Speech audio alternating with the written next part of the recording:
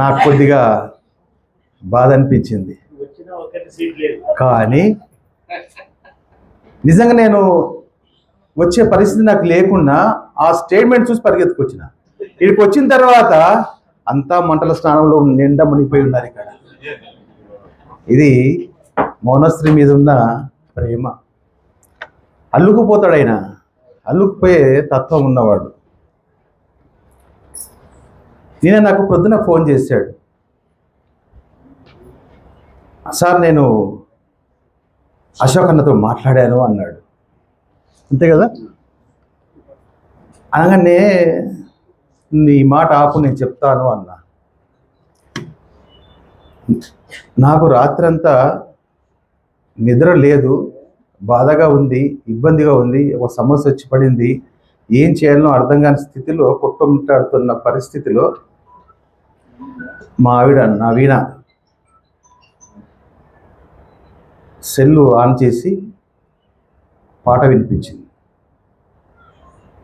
ఆ పాట విన్నా. ఆ పాట చాలాసార్లు విన్నా, కానీ అంత లోతుగా వినలే. సినిమా చూసిన, 2 సార్లు చూసిన సినిమా, ఇంట్లో చూసిన, అంత అనుభూతి పొందలే.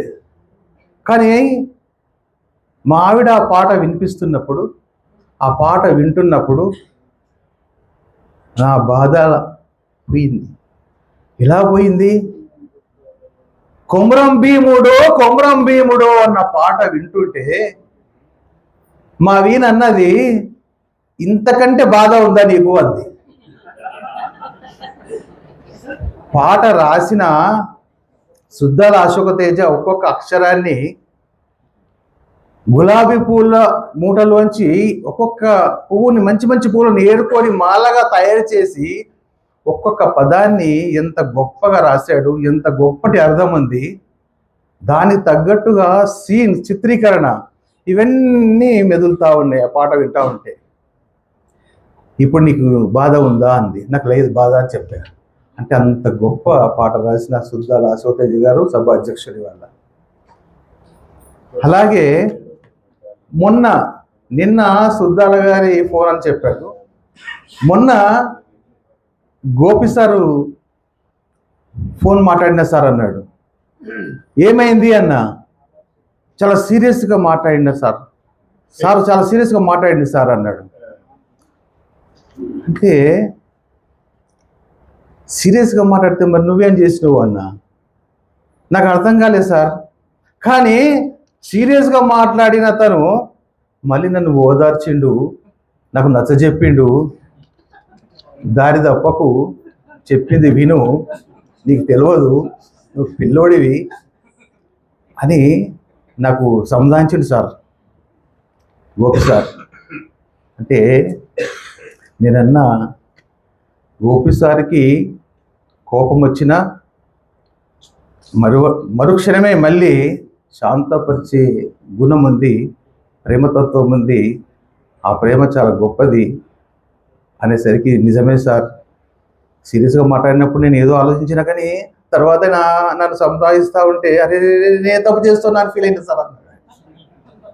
అంటే అలాంటి గొప్ప వ్యక్తి గోపి గారు. తను ఒక చోట అంటారు గోపి గారు, అంటే ఆయన ప్రేమతత్వం ఎంత గొప్పదని అనడానికి 4 అక్షరాలు. నేను 5 నిమిషాల సమయం తీసుకున్నాను కాబట్టి 5 నిమిషాలు ముగిస్తాను. ప్రేమ అంటే అది కేవలం అనుభూతి కాదు.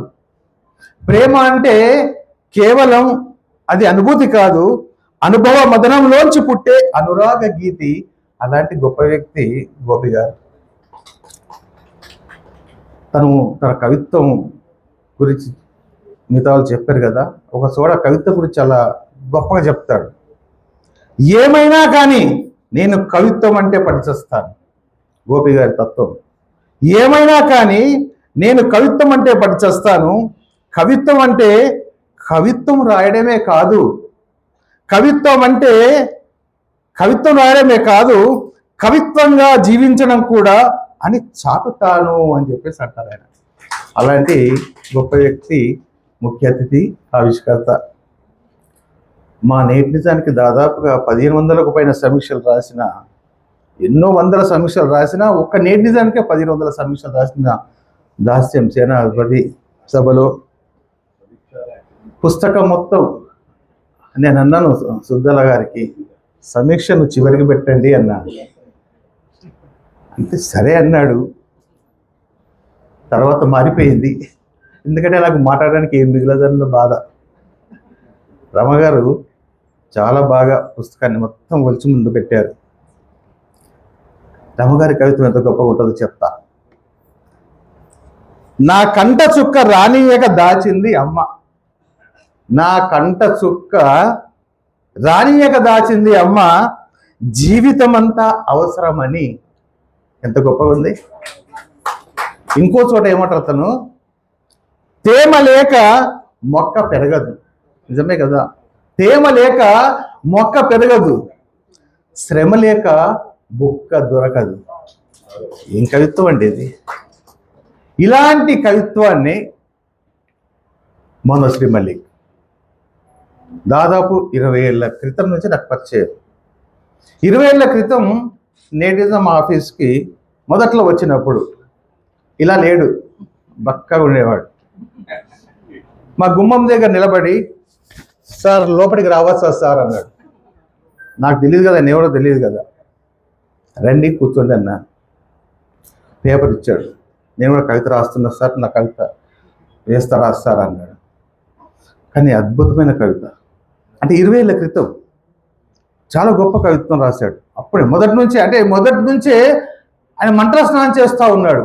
ఇలా మంటల స్నానం పుస్తకానికి ఏదైతే పేరు పెట్టుకున్నాడో, ఈ మంటల స్నానం ఆయన 20 ఏళ్ల క్రితం నుంచే చేస్తూ ఉన్నాడు. ఆయన పడ్డ శ్రమ, హైదరాబాద్లో కాలు పెట్టిన తర్వాత బతకడం ఎలా, బతుకుతున్న తీరును చూసి, ప్రజల సమస్యలను చూసి, ఈ సమాజంలో నేను ఎట్లా జీవించగలను, ఎట్లా బతకగలను, ఏ చేస్తే బతకగలను అన్న ఆలోచన తను వెంటాడుతున్న సమయంలో హృదయంలోంచి వచ్చిన మంటలు ఇవన్నీ. హృదయమంతా తల మంటున్నప్పుడు అందులోంచి పుట్టుకొచ్చిన అక్షరాలే ఆయన కవిత్వం అంతా. ఈ 20 ఏళ్ల కాలంలో ఆయన రాసిన కవిత్వాన్ని అంతా ఒకసారి చూస్తే ఈ శీర్షిక ఖచ్చితంగా అచ్చుకొద్దినట్టుగా పనిచేస్తుంది. ఒకటి కాదు, రెండు కాదు. ఆయన కవిత్వాన్ని ఇందాక అందరూ వినిపించారు కదా, అన్ని రకాలు. అంటే మనం ప్రేమను చూసుకున్నా, ఇంకోటి చూసుకున్నా, అందులో అంతా ఒక రకమైన మంటనే, బాధనే. అది హాస్యంతో కూడుకున్నదైనా, ఆ బాధలోంచి వచ్చింది అదంతా. అది నవ్వించేదైనా, అది కవ్వించేదైనా, మనం ఆలోచింపజేసేదైనా, ఆయన హృదయం అంతా మంటున్న మంటల్లోంచి వచ్చిన అక్షరాలు ఇవన్నీ.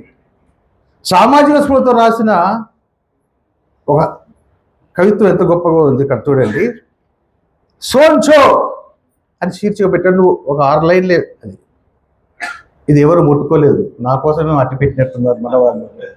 సోంచో అంటున్నాడు, పాలకుడు సేవకుడిని అనుకుంటే రామరాజ్యం. చూడండి, పాలకుడు సేవకుడిని అనుకుంటే రామరాజ్యం, యజమానిని అనుకుంటే ఆకలి రాజ్యం. సేవకుడిని అనుకుంటేనే తనకున్నది పంచుతుంటాడు. ఇక చూడండి ఎంత వివరణ ఇచ్చాడు. సేవకుడిని అనుకుంటేనే తనకున్నది పంచుతుంటాడు, యజమానిని అనుకుంటేనే తనకున్నది పెంచుకుంటాడు అన్నాడు. అక్షర సత్యాలు ఇవన్నీ నేటి నిజాలు. ఇలా సాగుతున్న కవిత్వాన్ని చూసినప్పుడు ఆయన అడుగులు చాలా చాలా పదిలంగా, చాలా వేగంగా పోతా ఉన్నాయి. జీవన గమనంలో తను ఒక చోట అన్నాడు, నా అడుగులు ఆకాశం వైపు పడినా, నా చూపులు పుడమిపైనే. నాపై ఎవరెంత అసూయ విషం చిమ్మినా, నా ప్రేమలు మనిషిపైనే. పుడమి నా పుస్తకం, మనిషి నా మస్తిష్కం, ఋషిత్వం నా జీవన తత్వం అంటూ సాగుతున్న ఆయన కవిత్వాన్ని అభినందిస్తూ, మంటల స్నానం చేస్తున్న మౌనశ్రీ మళ్ళీ ఎల్లుండి మంచు స్నానం చేయబోతున్నాడు. ఎల్లుండి ధర్మనిధి పురస్కారం తీసుకుపోతున్న సందర్భంగా అభినందనలు, సెలవు.